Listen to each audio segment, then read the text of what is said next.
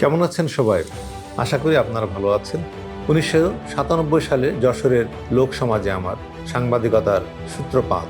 এরপর 2001 সালে ঢাকায় আজকের কাগজে আমার পদার্পণ। বিভিন্ন বিটে কখনো রিপোর্টিংয়ে, কখনো ডেস্কে কাজ করেছি। তেজ Bangla, Kaler Kantho, the report 24.com, এরপর বাংলা নিউজের সম্পাদক আমি আছি। এসব বিট কভার করতে করতে দেখেছি সাংবাদিকদের নানা ধরনের সংকট এবং সম্ভাবনা।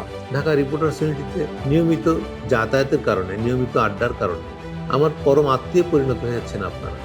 বিভিন্ন সময় আমি সাংবাদিকদের প্রাণের সংগঠন ঢাকা রিপোর্টার্স ইউনিটির নানা রকমের কর্মকাণ্ডের সঙ্গে যুক্ত থেকেছি। এখানে আমাদের পর্যাপ্ত বসার জায়গা নেই, পর্যাপ্ত গাড়ি পার্কিংয়ের ব্যবস্থা নেই, মিডিয়া রুমের পর্যাপ্ত সেটিং নাই যেখানে বসে সাংবাদিকরা সারাদিন কাজ করতে পারেন, নেই সেই রকম একটি আধুনিক লাইব্রেরি। ডিআরইউ আসলে কতটা বদলেছে, কতটা বদলানো দরকার ছিল।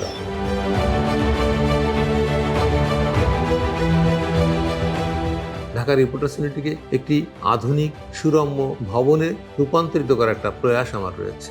ডিআরইউর পরিবর্তন দরকার, এখনই দরকার।